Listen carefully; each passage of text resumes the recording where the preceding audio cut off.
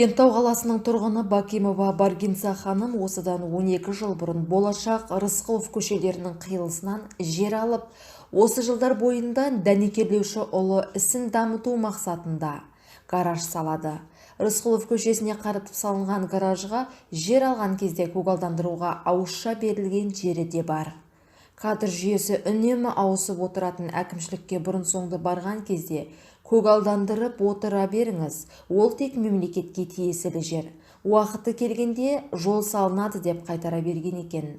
Бұл тыныштықты 12 жыл өткен соң көрші Бақытжан мырза бұзды.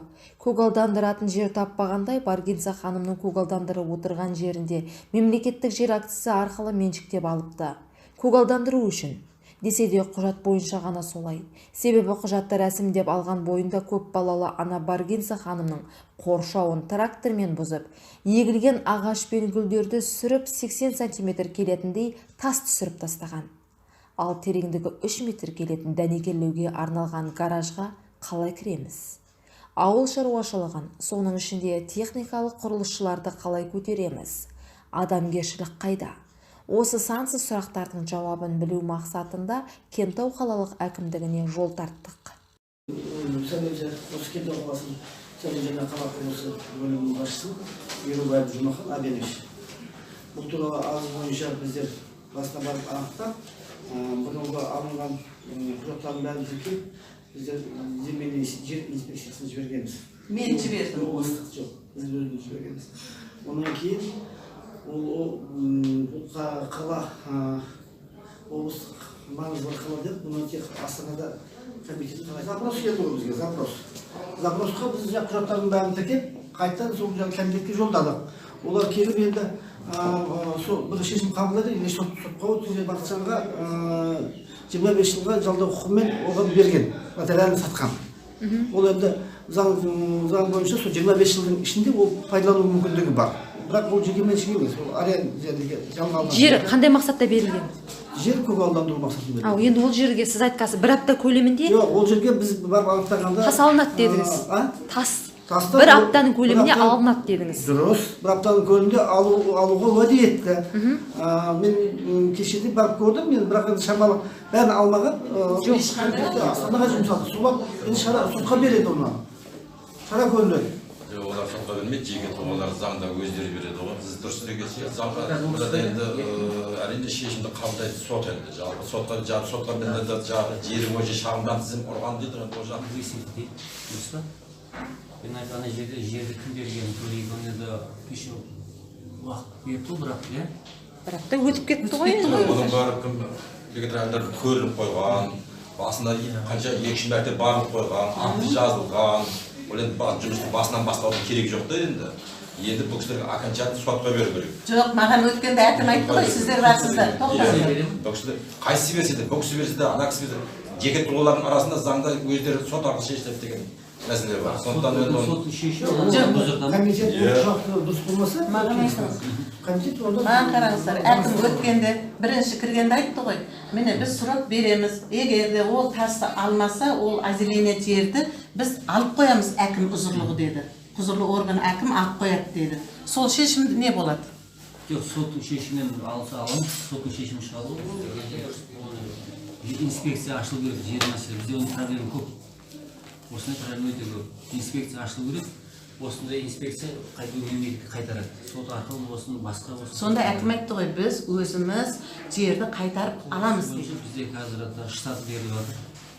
Сол жер несі ашылады, аппараттың ішінде. Жермен айналысатын, жерді қайтарумен мақсатсыз пайдаланылған арнайы бөлім ашылады. Осы бір айдың ішінде бөлім жұмыс жасайды. Осындай арыздарды сол бөлімге жібереміз. Сол заңға сәйкес, анық мақсатсыз әзілене қалды ма, мақсатсыз пайдаланатын сразу қайтарамыз.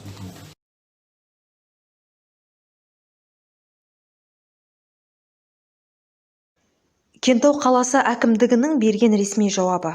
Азамат Бакимовтың арызында айтып отырған жер учаскесі 2018 жылға 23 қазандағы нөмірі 5784 сатып алу, сату кесімшарты негізінде Бейсенбаев Ғалымжан Еркінұлына тиесілі болған.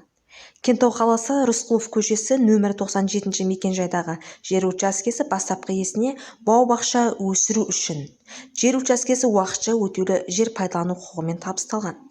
Кентау қалалық сәулет және қала құрылысы бөлімінің мәліметіне сәйкес, Оңтүстік Қазақстан облысы мәслихатының 2012 жылғы 20 қыркүйектегі шешімімен бекітілген қаланың бас жоспарына сәйкес Азамат Бакимовтың Кентау қаласы болашақ шағын ауданы нөмір 2 кадастр 19-304-019-356 жер телімі пайдаланымдағы тұрғын үй аумағында орналасқан. Екінші жауабында Кентау қаласының тұрғыны Бакимовтың өтінішіне сәйкес жер телімі кадастр нөмірі 19-304-019-2647 жалпы алаңы 660 шаршы метр Азамат Бейсенбаев Ғалымжан Еркінұлына 23/10/2018 жылғы нөмірі 5784 сатып алу келісімшарты негізінде Кентау қаласы Рысқұлов көшесі нөмірі 97 мекенжайдан бау-бақша өсіру үшін 25 жыл мерзімге уақытша өтеулі жер пайдалану құқығымен алынғандығы туралы анықталған.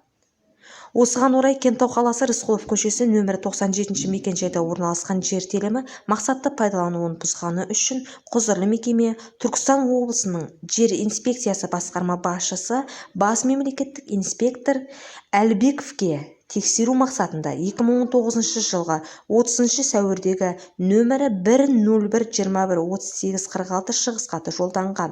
Бұл осыдан бір жыл бұрынғы редакцияның көтерген мәселесі.